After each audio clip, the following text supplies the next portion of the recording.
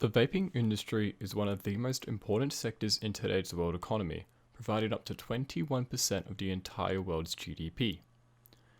Its rise to prominence is only due to the perfect alignment of history and the stars, where it is known widely in the astronomical field as the vaping miracle, where if any event in the universe's history had even slightly changed, vapes would not be as powerful as they are today. This is a universally agreed scientific fact. But what would happen if events had happened differently?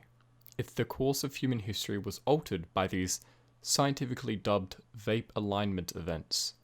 How would it change our perception of vapes and their divine ability?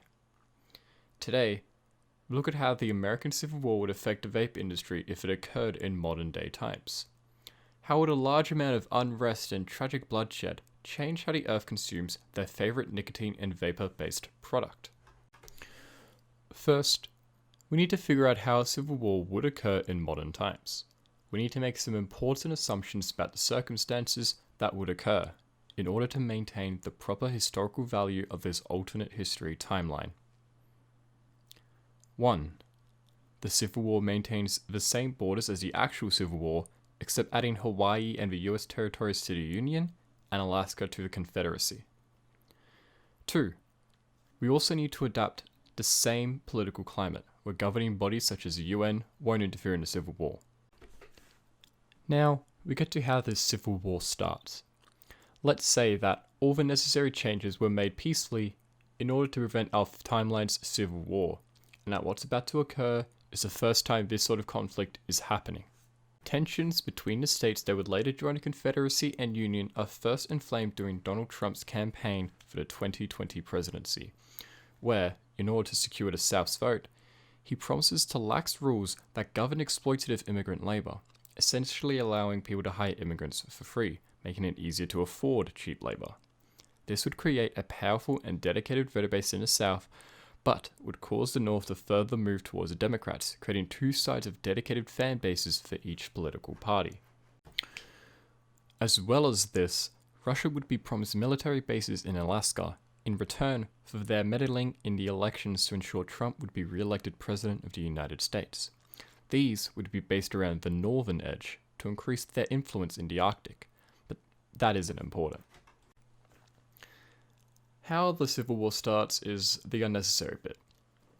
We just need to know its effect on the vape industry.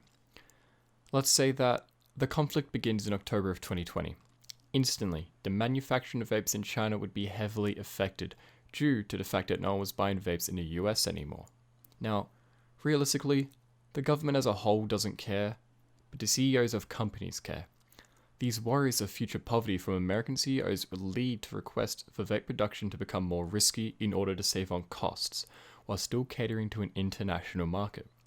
Due to China's weak labor policies, no one would bat an eye, and the overall safety protocols would no longer be followed with less experienced workers, creating a volatile situation literally waiting to explode.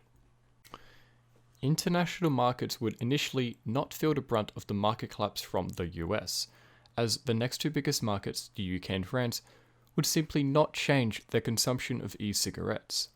However, over time, with the more dangerous vapes coming in for sale, more deaths and injuries would occur due to these vapes just blowing up in people's faces, which already happens today with safer work practices. There is an approximately 500% increase in vape-related deaths. These begin to lead to their popularity being diminished, leading to China finally choosing to abandon their production, to avoid responsibility for the increase of deaths and heavy loss of profits, which would lead to factories being converted for more profit. This would leave the production of vapes in a limbo state with no one mass producing them. This is where Nepal decides to come in. Nepal's main source of income is derived from tourism to Mount Everest, which has become a more and more controversial way for the country to capitalize on their geography. But, in our alternate history, the Nepalese government takes advantage of China's production issues and vouches to become the new worldwide supplier and producer of vapor-based products. Nepal is heavily spiritually based, leading to the introduction of new flavors related to plants, spiritual fragrances, and key terms like peace and love, which would then invoke a response around the world and grow a new hippie culture. This would spread like wildfire due to the popularity of these new vapes, which is due to Nepal's safe production policies and safety regulations. This new hippie movement would call for an end to the violent and brutal civil war in the United States, with demonstrations, movements, and protests becoming daily occurrences everywhere.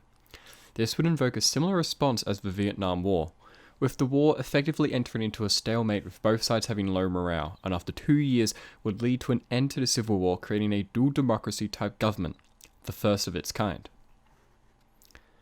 After its end, Nepal would rapidly expand into the US with its factories of vapes, fulfilling massive demand from the Americans due to the stress of the conflict and the nicotine needed to calm themselves. This would then coincide with the rest of the world remaining in this hippie-like culture, but this culture would rapidly fall off as the conflict in the US de-escalates. However, Nepal is a small country and are unable to keep up with this demand, leading to the rise of improvised vapes, leagues more dangerous than the ones even China produced and caused controversy with. There would also be polar opposites, with luxury vapes produced by major brands like Gucci and Louis Vuitton to fill the market of hyper-expensive e-cigarettes. These rip-offs, made from discarded bullet shells, would be unregulated, leading to more toxic vapors being used in order to find distinction from all other types of vape, and capitalizing on the negative side of the industry. This leads to a massive rise in the black market of vapes, therefore leading much of the Western world to ban these dangerous products and only allowing safe, normal, and approved vapes, leading to dramatically less production and variety in the West. However, many other nations, especially poorer ones, don't invoke these laws, leading to the rise of vape tourism, with people traveling across the world to try these dangerous and experimental vapes. This isn't enough though, and state-funded cartels would pop up across the world to traffic and distribute these dangerous vapes, leading to their global and seemingly unstoppable rise. As the West begins to uncover these cartels and their origins from other countries, conflicts begin to emerge and relations dissipate. This leads to wars across the Middle East and South America as the West attempts to get rid of these illegal organizations. However, occupying forces tend to bring in a large amount of vapes, which leads to the vape economy suffering for all countries involved in the conflict, which has played such a large role in many world economies that the wars become not worth the price. This leads to an unspoken agreement between cartels and the West to allow some illegal trading to occur in order to maintain the vape economy. That would be the state of the vape industry.